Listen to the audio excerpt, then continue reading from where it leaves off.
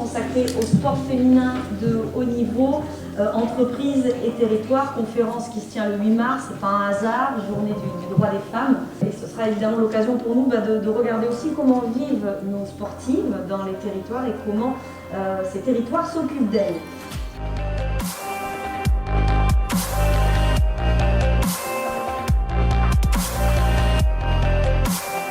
Ce sera un joli focus, je pense, sur le sport féminin de manière générale qui en a besoin. Et donc, merci à cette journée du 8 mars de nous le permettre. À l'issue de cette soirée, des personnes, parce qu'il y aura un petit côté perspective, que des personnes puissent s'emparer avec nous du sport féminin en Ille-et-Vilaine, sur notre territoire, et que des paroles, on puisse passer aux actes et puis faire quelque chose ensemble. Moi, je crois que, par exemple, la métropole, sur le plan économique, serait assez grande pour pouvoir aider 3 sports féminins et 3 sports masculins.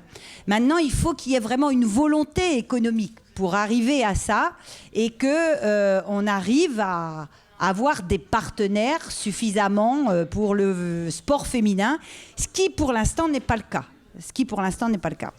Sans subvention, le budget est divisé par 2, quoi. Donc c'est quand même extrêmement important quand il s'agit de faire un budget. Une salle, c'est obligatoire pour accueillir des partenaires.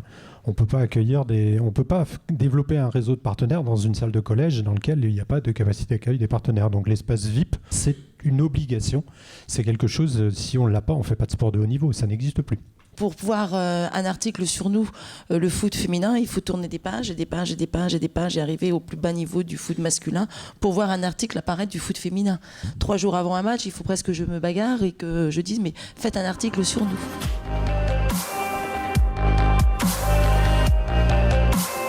Et où là, il y a eu une évolution, c'est qu'on s'est aussi beaucoup rapproché.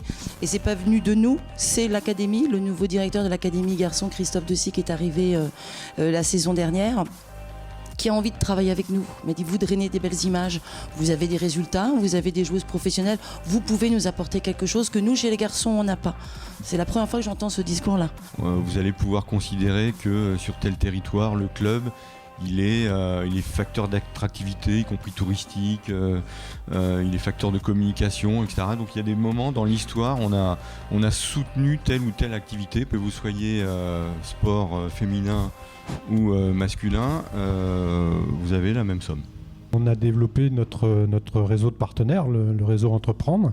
Et ce réseau Entreprendre, aujourd'hui, est reconnu et mis en avant dans de la presse économique. Je pense que c'est un autre vecteur de communication. On est assez content aujourd'hui que notre réseau de partenaires ait été reconnu au niveau de la CCI de Rennes et qu'on soit reconnu dans le journal des entreprises parce que c'est aussi une autre manière de s'afficher.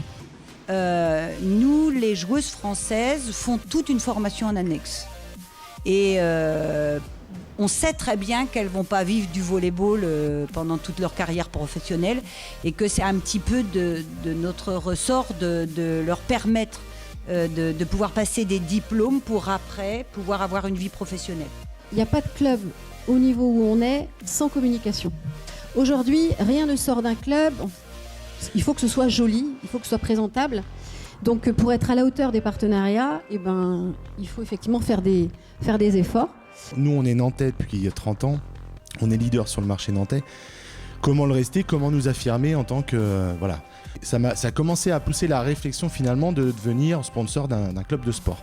La logique de se dire que globalement, on a une responsabilité sociétale. On a envie d'avoir autour de nous des jeunes qui sont formés, éduqués, qui apprennent des valeurs. Et on pense que le sport est un formidable vecteur pour cela. Moi, pour recruter Mélina, j'ai passé quelques heures à l'observer sur le terrain sans qu'elle s'en rende compte. Les compétences qu'elle pouvait développer à travers son sport et en quoi elle pouvait nous servir de dynamique et voir aussi si elle avait cette capacité collective qu'elle mettait en œuvre au sein du club dans la même proportion au sein de l'équipe que je dirige.